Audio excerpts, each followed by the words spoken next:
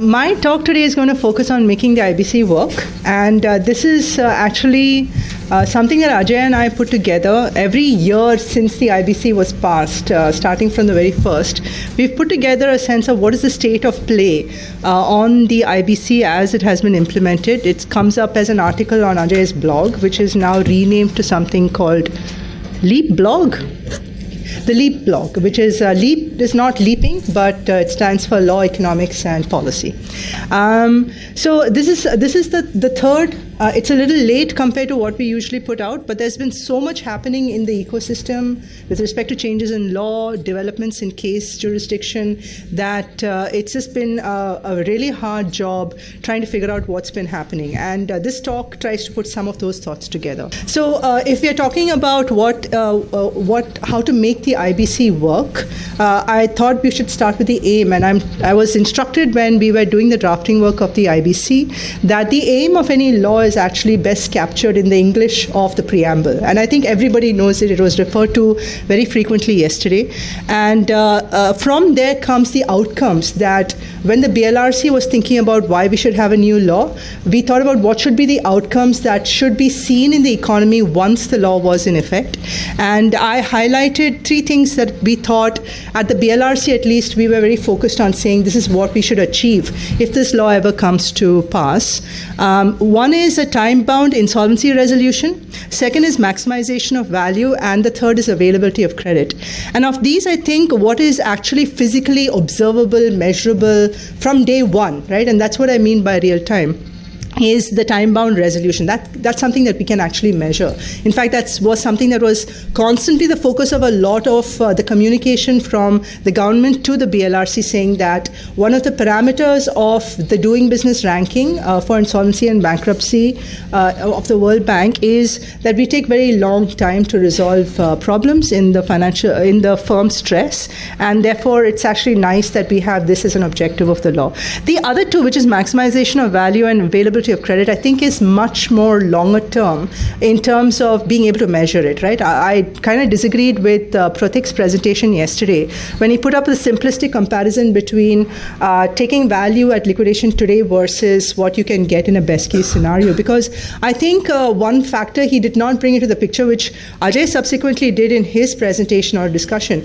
is that there is always an opportunity cost of the creditor to keep that capital in the company, right? And that does not come into the simplistic framework that he presented. But if we do go by Ajay's suggestion that we should look at what is the price that the creditor is willing to pay, I think that factors in nicely. But so that's more complicated, and availability of credit has got so many parameters. It requires behavioral change of the entire ecosystem, that I think that these two things we can only wait and watch to come up with metrics of whether this law is working. But time-bound resolution, I think, is something that we can do right away. So how is the IBC working?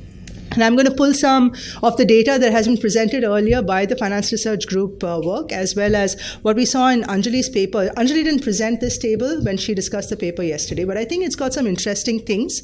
I think the reason why we can't really take it at face value is because you have to be a little nuanced about capturing it. Number one, I must say that the evidence is incomplete. This is only evidence about approximately 480 cases between January 2017 and December 2017. So since then, of course, there are a lot of other cases. And even for this period, this is a censored set, right? We weren't able to get full information about these parameters. But what is interesting here, I think, is that you can see a timeline. Every month, you can see the number of cases, how much has been resolved through liquidation and insolvency resolution plan, and how many of it is ongoing. And what you see as brackets is, I think, the median time in terms of days that it's taken to get there. Okay, and I think what's interesting is that if you watch, and the second set of columns is the same data for the RBI 12. Actually, it's just 11 cases, but I think it's captured the imagination so well that we stick with RBI 12. And what we see is that first off, it's very clear that the RBI 12 cases did put a lot more pressure. It has all systematically taken a longer time to resolve. as compared with the non-RBI focus cases. But I would like to point out is that if we just looked at the liquidation resolution and you move down the chart from Jan 17 to December 17, it looks like the time in terms of days to resolution, either for liquidation or insolvency resolution, is coming down. But then we cannot ignore the fact that there is a big bunch which is the ongoing cases. So there is pendency that's building up. Okay, so one of the cases that came in Jan 17 is still ongoing. It's got 546 days to resolution. So it's a mixed bag here. We cannot clearly come out saying that it's a problem versus not a problem, but we do need to worry about the fact that the pendency of the cases, the number of cases that are ongoing, it just tends to be increasing, and that the days, while it tends to be decreasing, it's something that we need to watch out for. Okay. The second piece of evidence is keeping a time-bound manner with respect to the adjudicating authority. And this is a paper that has been built on a data set that was built out of reading NCLT cases. This is just the cases orders of the point up to admission. Okay, and when we look at the stages, we look at two time periods, which is how many days from filing to first hearing and how many days from first hearing to filing order. The first set of columns are for the first 6 months of cases that came up on the NCLT website. The other is for the first 1 year, and you can see the number of cases and the median time. And while it appears that the median time has dropped for the 1 year compared with the 6 months, the time from first hearing to final order seems to have increased. Now, once again, this is not all the data. And part of the problem with reading the NCLT orders is that every order does not give you timelines, right? They don't post all the dates. So it's really difficult, number one, to get all the orders, because this is painfully pulled down from all the websites by hand, the NCLT bench websites by hand. Number two, when you go through the orders, and this requires manpower because it's not standardized format, it's not computer readable. When people read through it, some of the basic information like the date on which the cases are filed are not in the final order. And so it's very difficult to get a sense of this data. So the evidence is incomplete, but the first brush appears to be that even in this very simplistic set of just orders up to admission, there seems to be some stress building up in terms of an increasing number of days from filing to final order. Final order being the admission versus dismissal. So this is the evidence we've been able to gather so far. And so I'm going to talk about next is what are the next steps. Okay, so suppose, and we don't seem to have a choice after the discussion of yesterday, we have to keep pushing on the system and trying to make it work. What is it that we need to make this thing work, keep on working and work perhaps better? Not perhaps, work better. So in the second blog article that we wrote in 2017, we presented 9 handles that we have as policymakers on the insolvency and bankruptcy reforms. And this is a list of 9. One is law. The second is secondary legislation, which is regulations written by the regulator. Then it's the regulator itself. The fourth is something that might be an alien term now for everyone in the room, despite everyone being in the ecosystem. This is the mythical information utility I use, IPs and support, which is, and where I include other industries which the IP may draw upon in the period of resolution or liquidation. So you can imagine insurance contracts, valuers, all of these are people who form part of an ecosystem that helps the IP do their job better. Another almost mythical creature, which is the IPA, that's the Association for the IPs, the adjudicating authority, creditors, and the resolvers. And in the resolvers, I'm including everyone in the broad marketplace that makes the system work, right? So there are people who are coming in with bids, there are people who are coming in with the interim finance, there are the financiers who may actually take on the running of the company after the IRP has found a resolution plan. There might be someone who will take on the running of the company in liquidation. So there are so many players in the system, and I'm bulking all of them, which is what I call the market ecosystem of the IBC, in the resolvers, right? Whether it's a resolution where the company is going forward as a going concern, or in liquidation, there needs to be someone who has to be dealing with this stuff. And that's what we talked about in the last panel yesterday, the second panel yesterday, and that is someone that we need to worry about as well. So keeping the reforms moving very quickly. In terms of the law, we heard a lot yesterday about how the law is being very responsive. There are these ordinances that are passed to make sure that the gaps between what is reality and what the law proposes being captured. It does happen quite frequently, but And while I appreciate the sentiment that in a new law, in a very dramatically new law, in a system that is very young, we do need to have changes happening, the suggestion might be to do it as a bit more principle-based, along with what I understand is the political pressure, right? The political pressure will always be there, but we do need to have a more informed manner in which law should go forward. For example, 29A had some really nice objectives. However, the actual letter of the ordinance has got deep flaws, right? So, for instance, to say that every insolvent should be debarred is actually a little funny, because this law was put in place saying that we need to figure out whether the insolvent is insolvent because they did malfeasance and ran the company to the ground, or there was a genuine problem. Right? To just push everyone out is a problem, and then we can see that later on in the modifications, right? That for MSMEs we will have one set, we will have a different rules of the game versus other people. So there must be a much more principle-based approach to doing this stuff. And then the one question that came to my mind as I was listening to the discourse yesterday is that we seem to be doing a heck of a lot of ordinance on all kinds of matters. Is there a way to figure out where we need to change the law, the primary law, versus where do we just focus on building regulations, right? So can some of the things that have been done have been solved through regulations instead of changing the law?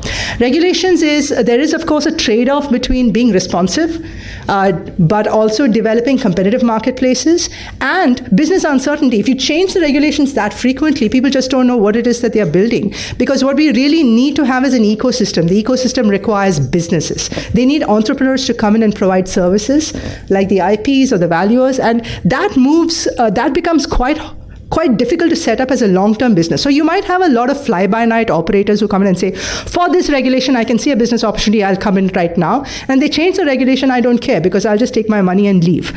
That's not a good way to build a robust ecosystem. Okay, so IBBI is doing a great job, but the question is, really, are they fully empowered to do all the tasks that have been placed on their young shoulders? And one suggestion is we should have increased capacity. IUs, of course, I can't say this enough, right? We need this industry now.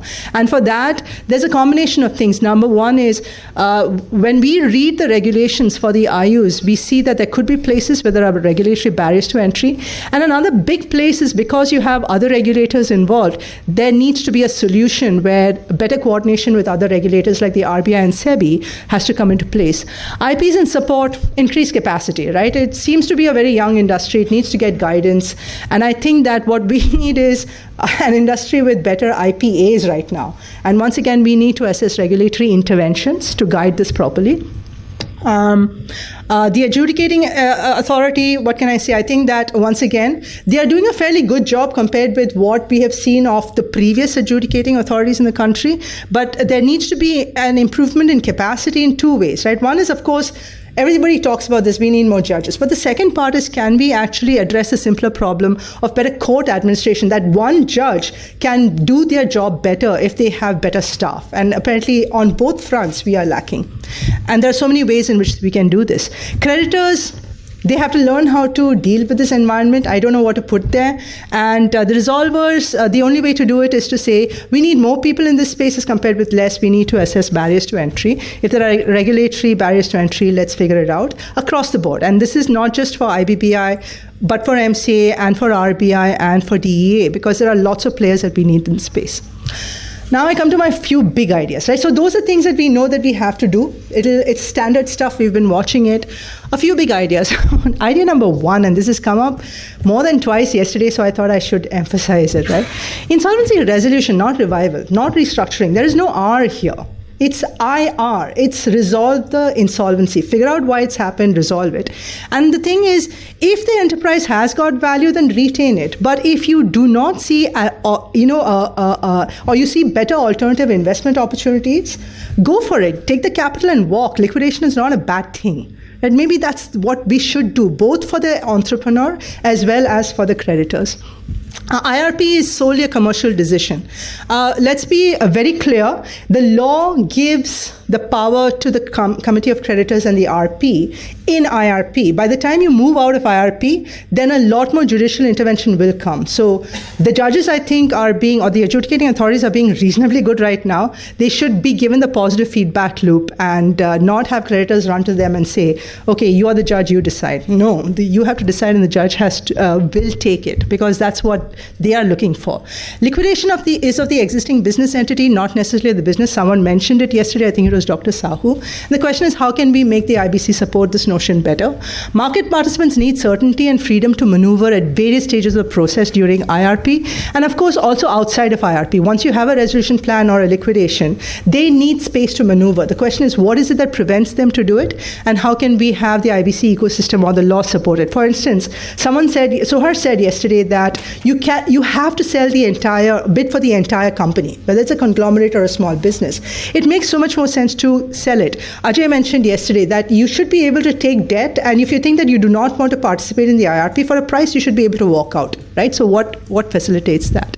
Then, of course, we talked about this yesterday, information asymmetry reduction, and here, let's be very clear, IUs do not play the full role of information asymmetry that we discussed yesterday, right? It has to be a combination of information utilities who come in at the validation of the claims. And the claims can be of the credit as well as of the liabilities as well as the assets.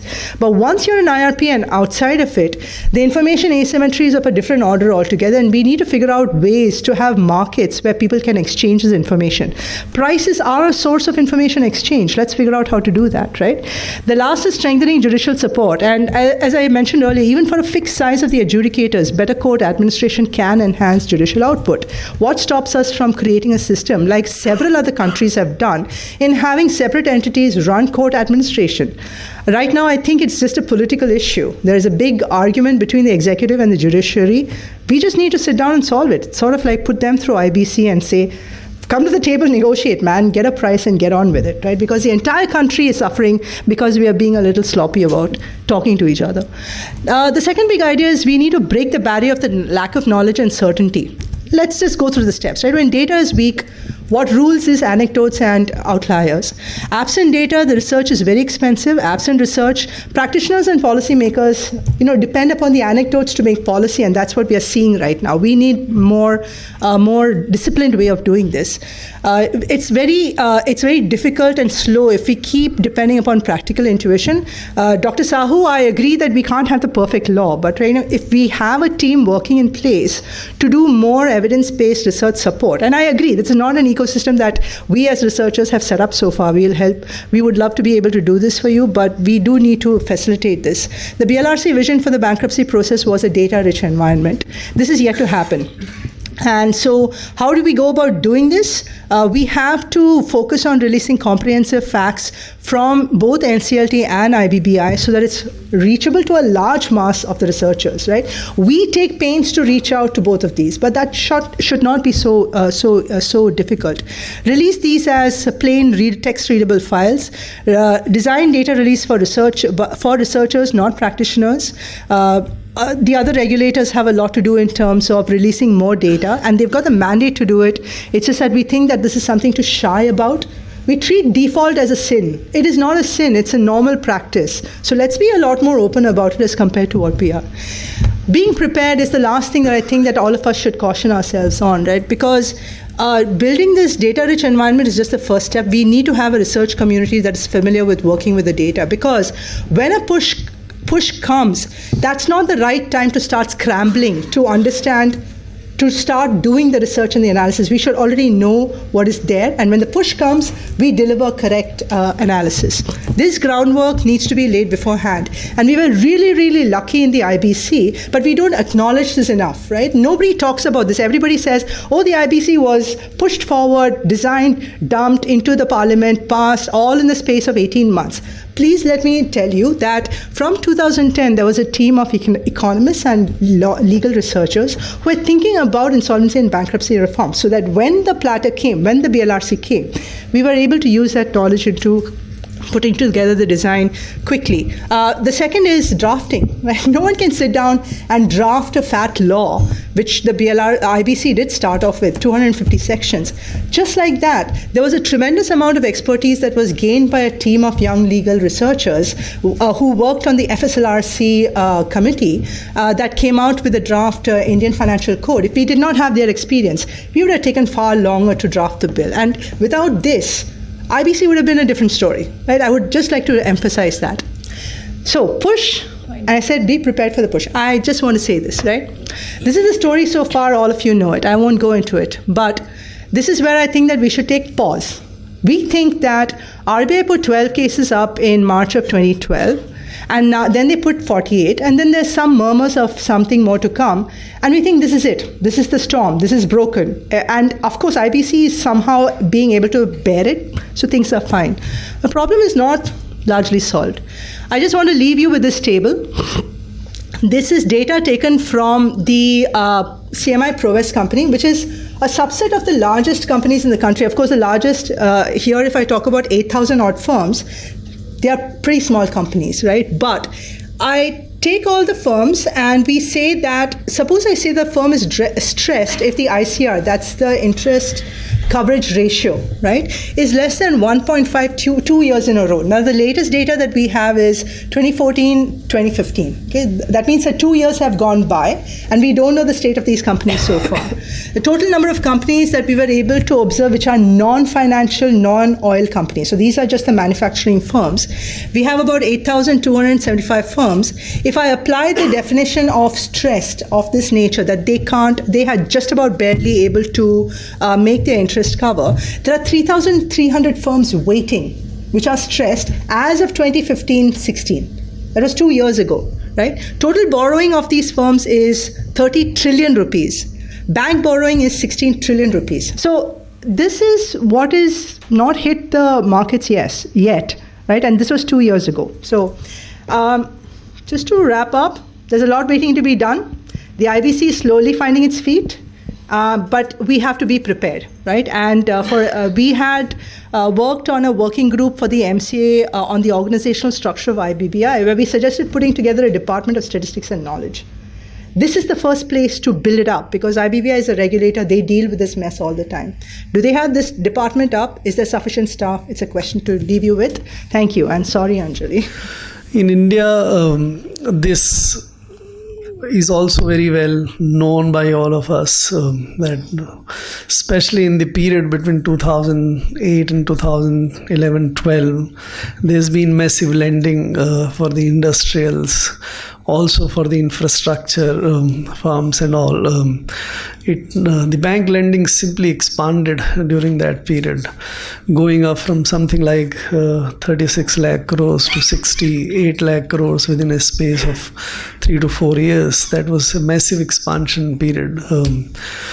There now a lot of people say that loans were made without looking at the fundamentals of the businesses, whether businesses were sort of viable or not, and this included a lot of infrastructural lending as well. This kind of borrowing by the firms and the lending by the banks led to what we now have as the massive problem of non-performing loans in the system. Various estimates, depending upon what kind of rule you take, are there. But what is officially acknowledged now is that about 11 lakh crores of bad loans or the non-performing loans exist in the system. There is good recognition which has taken place, which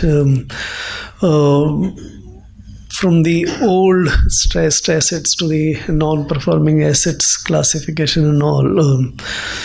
And this was taking place at a massive scale. Recognition was just as a number between September 2017 to March 18, about 1.5 lakh crore of additional NPAs were added into the system in 6 months. that phase seems to be now coming to a space where the additions to NPAs is slowing down, and there is a sense that largely most of the NPAs, which as per the system in place today need recognition, are recognized. The expectation this year is that there would be much smaller addition of relatively about 60,000 odd lakh crores into the system, and then we expect the NPAs to taper off. But there may always be some sickness lurking somewhere else. One doesn't know. But the big picture seems to be that we have probably come to a hump where the recognition part is largely done. Now, when you have non-performing loans from the banking side, essentially the businesses have that as those businesses are also non-performing. That's why the loans are non-performing. These businesses become non-performing or non-viable for various reasons. It may be over investment, excessive investment, somebody trying to fund equity also by taking loans or investments elsewhere by building additional borrowings in a company, or there may be simple business cycles also, which is also true. Steel businesses or other businesses we have seen globally also, they're cyclical things. India is no different. So if you invest at a point of time when the cycle is at the peak and pay much higher amounts for acquisitions or for creating fresh capacities when the cycle turns, then those businesses become unviable. You've seen it in the oil, steel, and in many spaces. So that also takes place. Sometimes it may be simply frauds.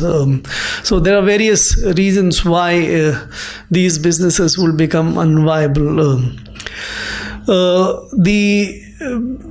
That needs to be dealt with, because I don't think this makes sense for any country or any businesses that those sick entities, non-viable entities should continue. They will not add economic value.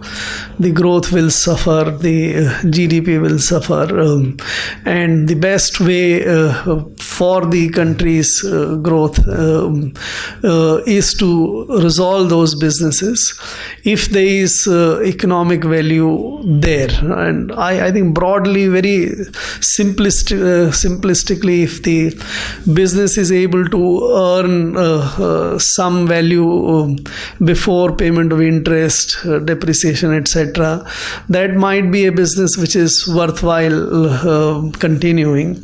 But if you don't earn even that much, then you are perhaps fit for liquidation. So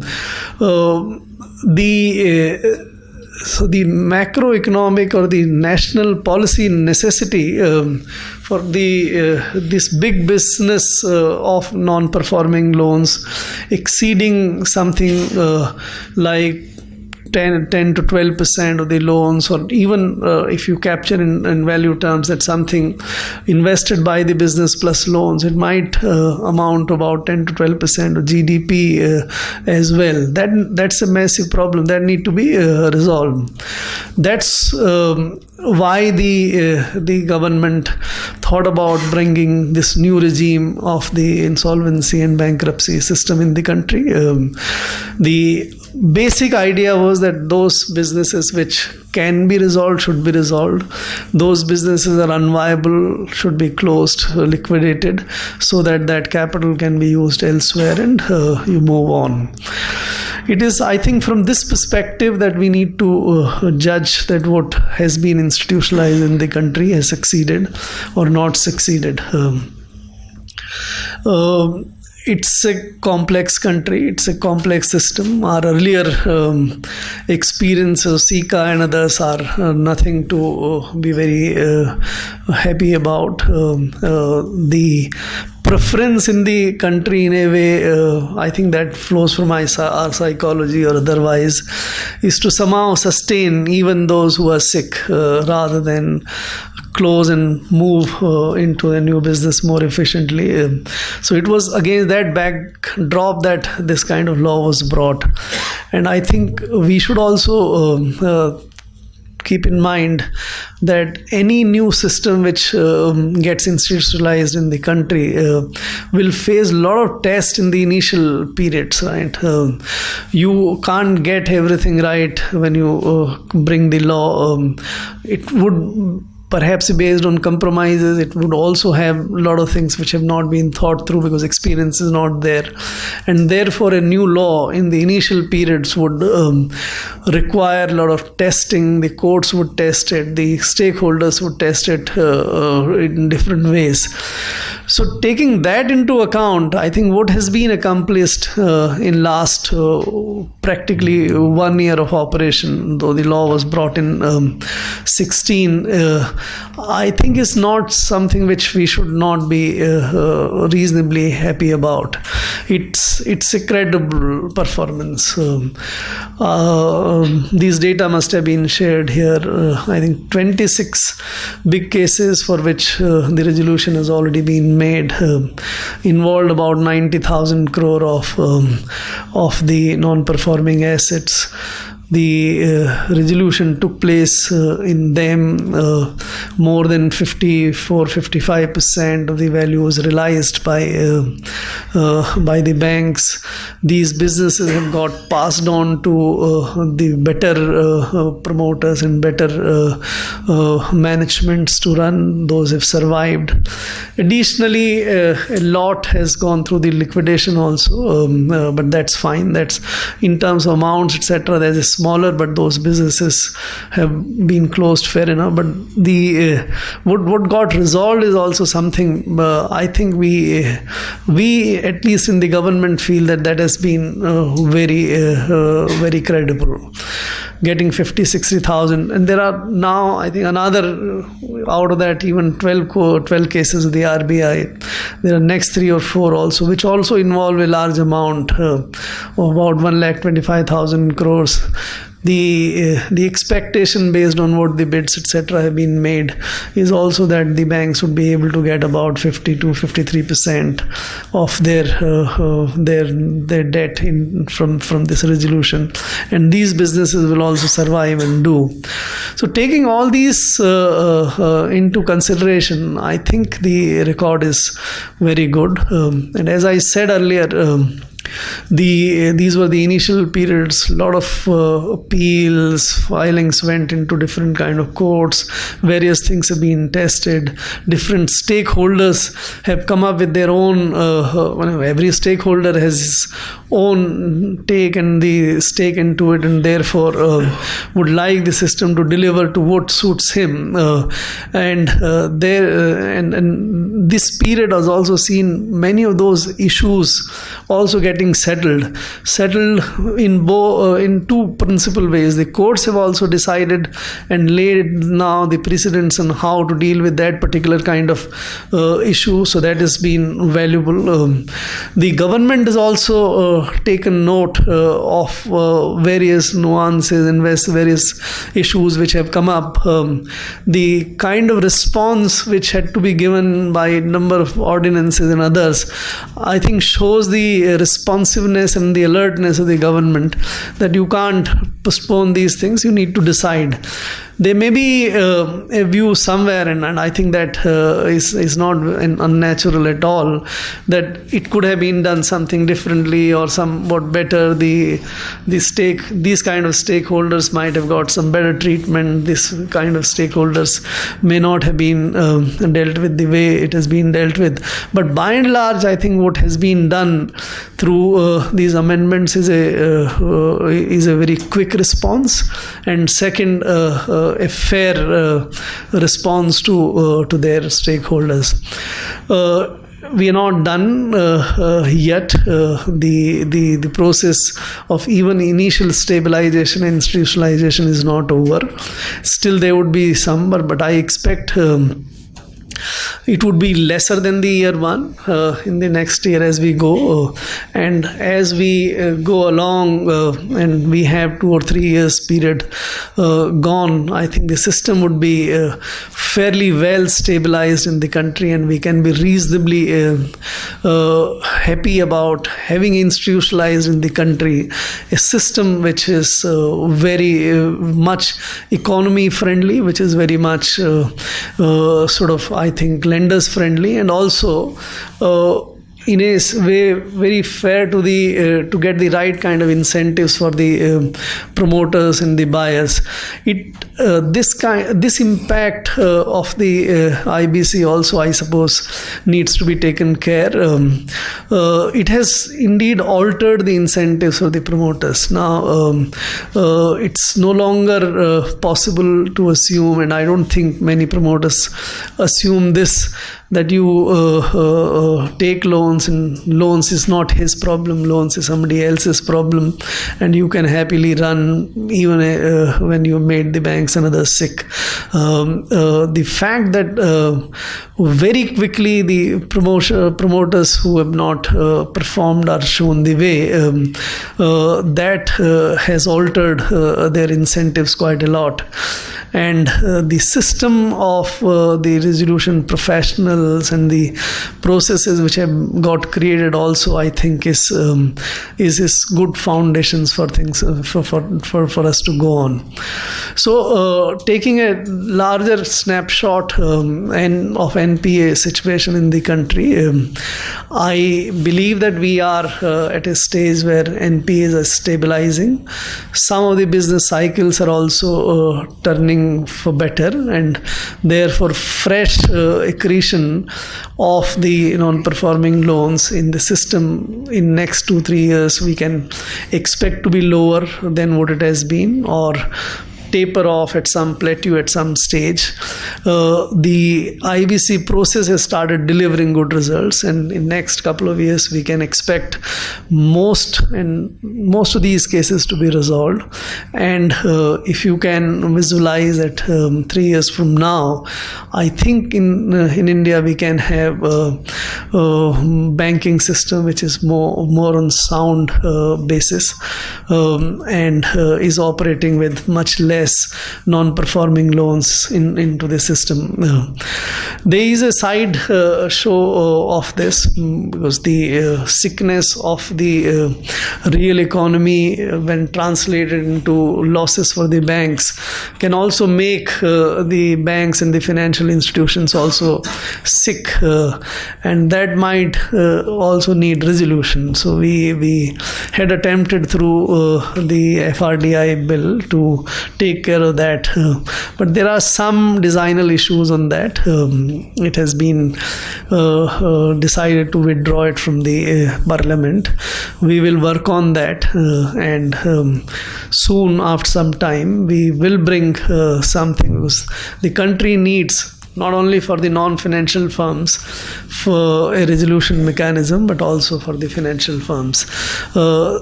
Reforms are not one shot or static. You cannot do it in a manner that this is to be done within this particular period of time. It doesn't happen that way. But over a period of time, if we can institutionalize in the country an insolvency and bankruptcy regime for financial as well as non-financial firms, I think we would have done a good job. Thank you very much.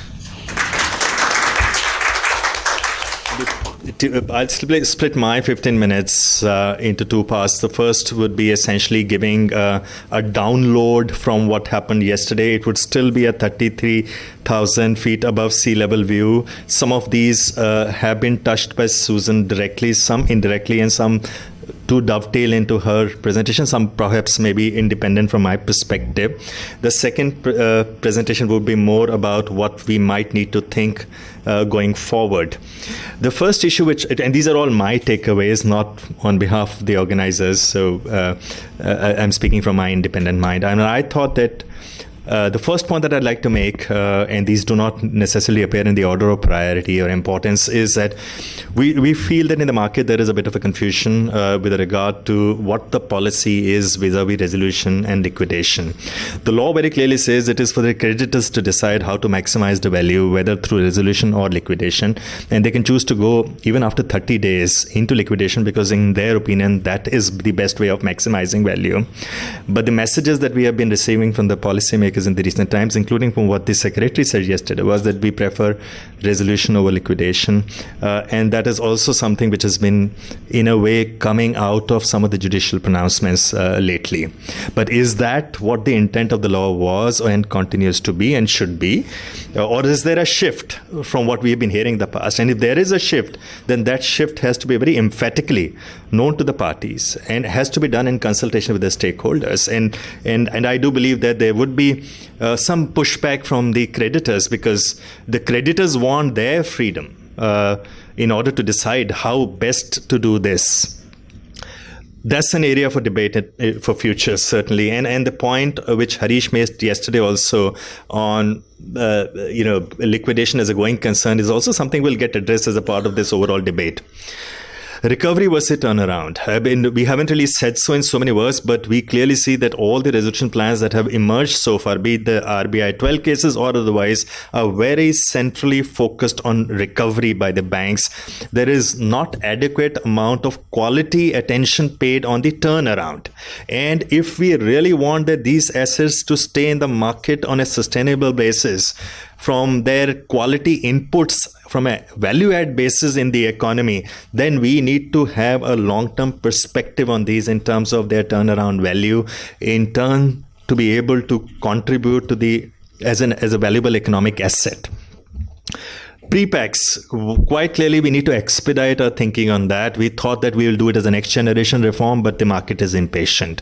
And we need to think about it, and as to how we can address the issue of competition into that is something which we can debate, but clearly this is something which has to be on the agenda. Implementation stage, we all recognize that there are issues in the implementation, but we probably shouldn't really rush into it to sort of overreact on that. I would say that let the market players decide what is the best market solution to it without intervention at the policy level in terms of in-law solutions or too much of regulation around it. But as the experiences come in, we should probably address and provide some kind of a layer around the market solution which gives it a bit more sanctity to the implementation process. Committee of Creditors, Mr. Rajneesh Kumar acknowledged that there needs to be greater acknowledgement of duty of care by the creditors to the other stakeholders. They should not be as inward looking as it is, and I'm hoping that is not a trend which will continue. It will in fact discontinue, and there will be a greater sensitivity shown to the other stakeholders, because that is again linked to the issue of sustainability of the law. We don't want to land up in a situation where we end up displeasing a large number of stakeholders who then have the ability to mobilize political support and take decisions that then get reflected in the law, and those then create pockets in the law and the patches in the law which we do not like. And home buyers is one such issue.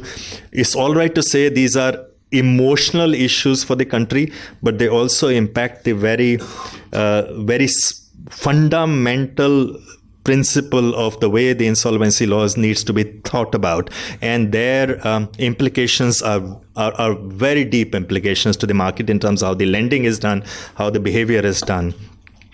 Resolution professionals versus COC. Again, there is a bit of a lack of clarity as to who do we want to empower. Do we want to empower RPs over COCs or COCs over RPs, or they need to be checked or just balanced, or the regulator needs to be a bit more prescriptive about it? I mean, there has been a shift in policies that is more reactionary and responsive, but it needs to settle down. We need to have a greater understanding by the lenders as to where they stand in the scheme of things, and so the resolution professionals vis-a-vis the other stakeholders. As also the regulations are being, I mean, I call regulation as a big stakeholder now, because regulations are playing a very important role. As you see that, I mean, we have a unique regulatory system where the regulator is not just regulating the players in the market, but also the process in a large way. So they have a very important role to play. Value maximization. the market is confused whether it's the maximization for the creditors or for the assets. We need a more clearer policy statements and a narrative to build around it. Dr. Sahu has been very clearly articulating that we understand the maximization to be the maximization of the value of the asset, because that benefits all the stakeholders and the economy. If we leave it only for the maximization of the creditors, then it gets confined to one stakeholder who may not be able to give back the same value into the system as the collective effort of the stakeholders can. Group of companies insolvency issue, very critical issue. We need to advance our thinking on that as well, and I think that's something which in the Indian context needs to be expedited. Again, as a cross-border insolvency is coming, so we need not to talk about it.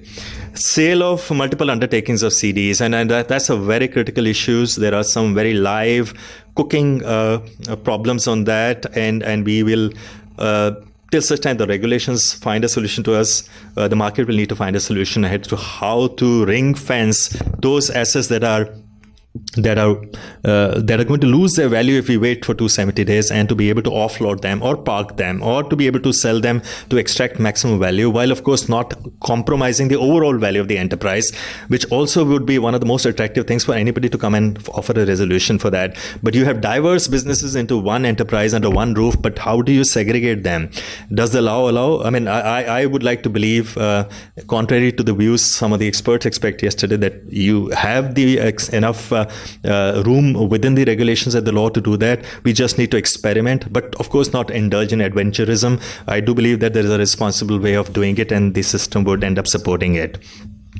Mindset and culture shift, that's a very large debate. The only comment that I'd like to make is that let's not wait for it to happen over a period of time. There's no magical wand around it. We need to have a strategy in place. You need to do research, and you need to pay papers. You need to think out of box in this, and you need to engage all other ministries and stakeholders. It is something where the Human Resource Ministry needs to play a very important role. Niti Aayog plays to play a very important role. This is a financial literacy issue. It needs to be addressed from that perspective. Education has to start from the bottom of the pyramid, and that exposure at the moment doesn't exist. There are examples as to how Hong Kong does it. We need to study that a little bit more. Powers of NCLT, commercial oversight versus. You will always find that the courts intervene only where there is a gap, a policy gap. Sometimes, of course, there is over judicial activism, as they call it, but I haven't really experienced that so far from the NCLTs. It has largely been stepping forward to fill the gap and to throw light on the gray areas, push them in the gray, or from the black or into the white. But of course, there might be some overstepping in that process. Those corrections will happen either in the appeal or through regulations or others where the clarity is provided to reflect the policy perspective. Maximization versus certainty, that's again another debate which continues to confuse the market. We all want maximization, but we also want certainty in the process. Do you want somebody to get parachuted at the end of the process offering a greater amount to be just thrown out, or do you still welcome him, but at the same point of time retaining the confidence in the system? Other issues, dust will settle, not need to worry. Information asymmetry, you have already touched. Contracts we discussed in a great detail. Let me move to the next issue, which is the second part of my discussion. Start thinking. I mean, I believe that one of the things that we need to realize is that a point that Ajay made and many others made in the room yesterday also, that insolvency is a very dynamic law. It's always moving ahead of us. And we need to continue to maintain pace. And that is because insolvency law is not determined by the insolvency policy. Insolvency policy is determined by the economic policy, economic parameters, how the business is done, how entrepreneurs are thinking, how the various ecosystem is evolving. When WorldCom happened, when Enron happened, we had a very different financial architectures around the world, and that was constantly evolving. And when you had Lehman Brothers, we knew what surprises we suddenly encountered. We don't want to be taken by surprise now. The way the business is being done currently is completely changed. We do not know today where the businesses or the assets exist. If tomorrow a Google of the world, an Uber of the world, an Alibaba of the world have to go into insolvency, we will struggle to find with some of the most contentious issues the answer to them, because the way the business is done today is very different. The currency that today is available in the market, the bitcoins and the cryptos, are very different from the traditional way of funding. How would you deal with those in insolvency? Do we have the capacities? Do we have the regulations? Do we have the thinking to deal with those issues? We need to start thinking about that, lest 4 years from now we suddenly realize that our law is completely outdated already. Artificial intelligence, and that's what is another favorite subject of Justice Kannan Ramesh, and we will hear about this in his keynote address in the evening today, although of course in a different setting, in a different place. But artificial intelligence is something which we can't really also ignore for a very long time. This is something which is happening. It can be seen, it's sometimes not as visible. And this will come to play a role very soon because it is in the ecosystem. And insolvency law operates in the ecosystem. You will have to at some point in time start thinking, what role do we need to have for the artificial intelligence? It's the mindset and culture shift point I've already made, but the only one single comment that I'd like to make is that we have been very responsive and we are very proud of it and happy about it. We have been very reactionary, very suitably reactionary, which is also very fine. But we also don't need to be always reactionary. We also have to think ahead and in a way, therefore, we need to sometimes compel the market to think the way the regulator is thinking. Therefore, building narratives is a very important part in terms of how you make the cultural shift. The market will always operate on its own pace. But if you want to catch the market to align with your thinking, we need to have a more, if I may say, vehicles and more mediums, more platforms to do that. We need to discuss that at a separate platform. Trust deficit. This is a very critical point. These are small cracks which continue to widen. The trust deficit between the regulator and the insolvency professionals, the lenders and the other professionals within the community, within the system. We need to make sure that we need to keep mending these, cementing these, lest they widen. If they widen, bridging them is going to be very challenging. And if you need to develop, especially the integrity of the process, COC or the insolvency professional, the institution of the insolvency professional, we need to make sure that we don't allow the widening. The point on academics research, just one minute only, is the investment in academics. Susan touched on that. I would only reinforce that with all the conviction at my command. This is absolutely critical. Real-time impact assessment.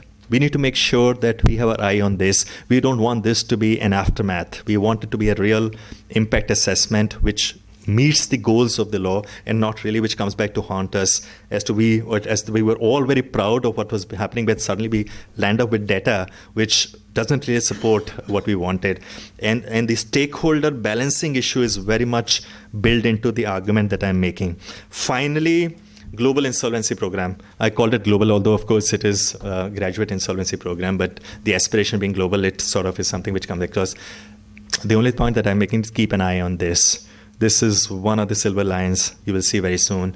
And those who are interested, book your seat now. Thank you so much. The preamble I read also said something about to promote entrepreneurship. I think that's the aspect we've completely ignored in law. In a business, customers are important, market's important, credit is important, but the alpha to the business is the entrepreneur.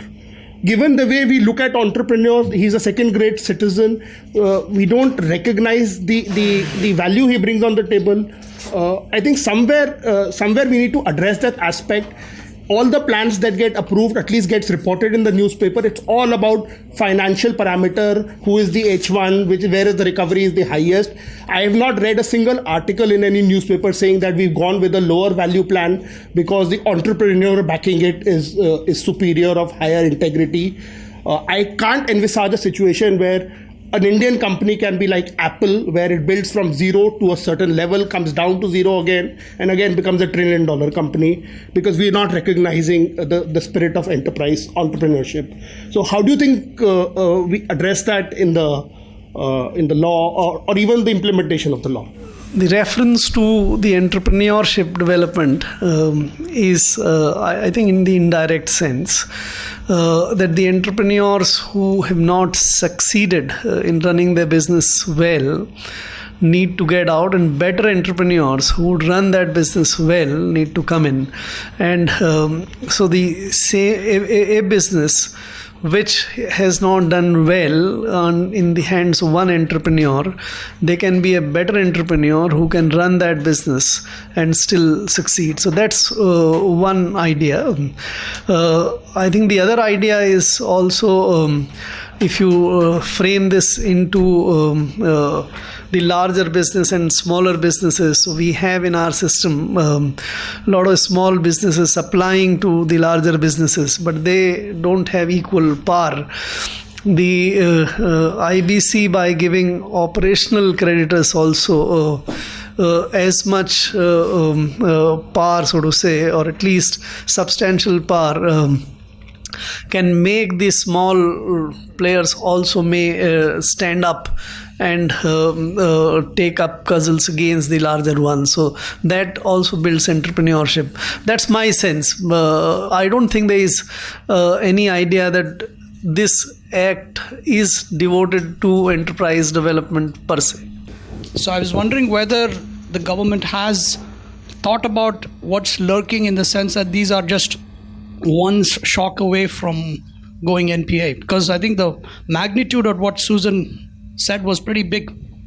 My take on that, largely the non-performing assets have been concentrated in the industrial segment and the infrastructure segment, not much in the retail and other segments so far.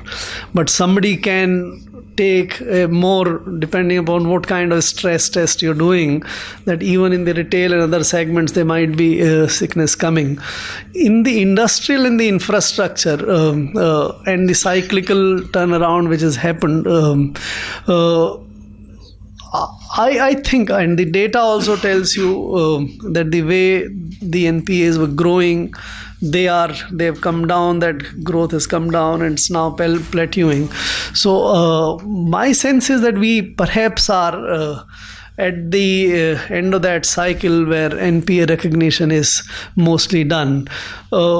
If there were to be another cyclical problem, or there is a blowout globally in some sector which might create another set of NPAs, that you never know. But what information or situation reading you can do at this stage suggests to us that we perhaps are at this stage of plateauing. I would just add to the question that Venki asked to Mr. Garg, to make one suggestion to Mr. Garg. I mean, I think we're all taking calls, right? So the economy the future can be good, it can be bad. The question is, how prepared are we to deal with the mess if it is bad?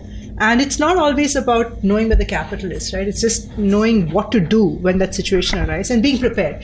So one of the comfort that I think the entire system can get is if they see build-up of teams and research, or whatever it takes, right? Some capacity at the government level, both DA, MCA, IBPI, RBI, who are focused on saying if there is something that happens, we have a team that is preparing itself to deal with it. And I think that's one of the worries that we have a lot.